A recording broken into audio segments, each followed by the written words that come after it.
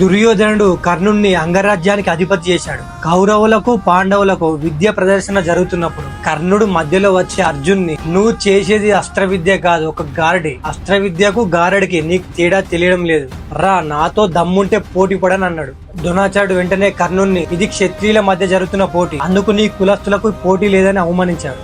దాన్ని గమనించిన దుర్యోధనుడు, ద్రోణాచార్యుడు అర్జునుడితో కర్ణుడు యుద్ధం వద్దు అంటున్నాడంటే ఇతను పెద్ద వీరుడే ఉన్నట్టున్నాడని పండితుల మధ్యలో కర్ణుడికి అంగరాజ్యాన్ని అధిపతి చేశాడు. కర్ణుడిని అధిపతి చేసిన తర్వాత దుర్యోధనుడు కర్ణుడి దగ్గరికి వచ్చి, స్నేహితుడా, నీకు నా అంగరాజ్యాన్నే కాదు, నా సింహాసనంలో సగ భాగం కూడా ఇస్తానని అన్నాడు. ఆ పనికి అక్కడ ఉన్న వాళ్ళందరూ నివ్వెరపోయారు. కానీ దుర్యోధనుడు పన్నాగాన్ని కొందరు పసిగట్టారు.